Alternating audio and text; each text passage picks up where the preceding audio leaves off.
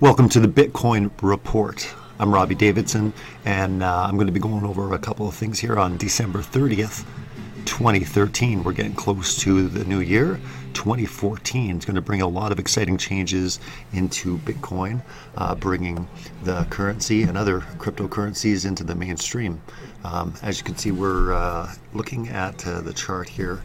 Over the weekend, there was a little bit of movement. We're seeing some strong levels at about 750. I think that it's going to break out. It's going to go further here in the next week.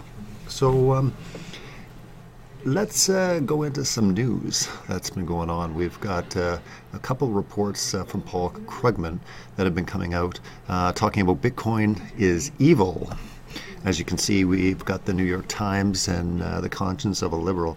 Paul Krugman, he's probably been one of the most vocal in the mainstream media as far as looking at the evils of Bitcoin.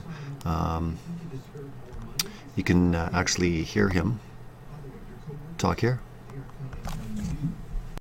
Speaking of money and innovation in money, like the obsession these days is with Bitcoin. Everything.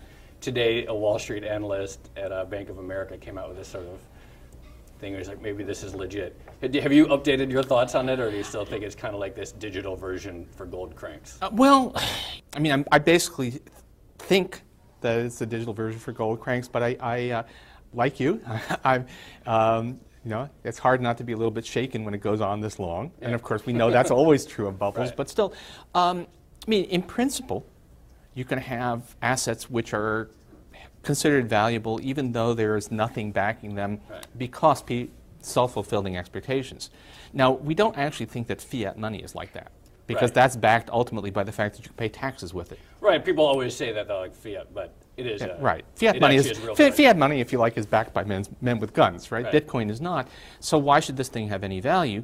And of course, it doesn't pay interest. On the other hand, maybe the ability to do transactions that you think are invisible.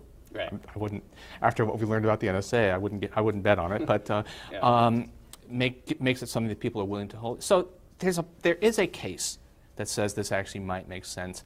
I very much doubt that case is what's actually driving the value of Bitcoin. I think Bitcoin is being driven by the fact that it sounds impressive and people think there must be something there, but who knows? That speaking of money, so you can see that there's a little bit of negative sentiment in the market, but I think to have some good news, we'll talk about where you can buy beer with Bitcoin. As you can see, we got 6 places that you can pay Bitcoin for beer. We're looking at Sydney, Beijing, Russia, Netherlands, London, and numerous places in the U.S. So as things continue to heat up in the Bitcoin space, we will definitely keep you up to date, everything Bitcoin and cryptocurrencies. Until next time, later.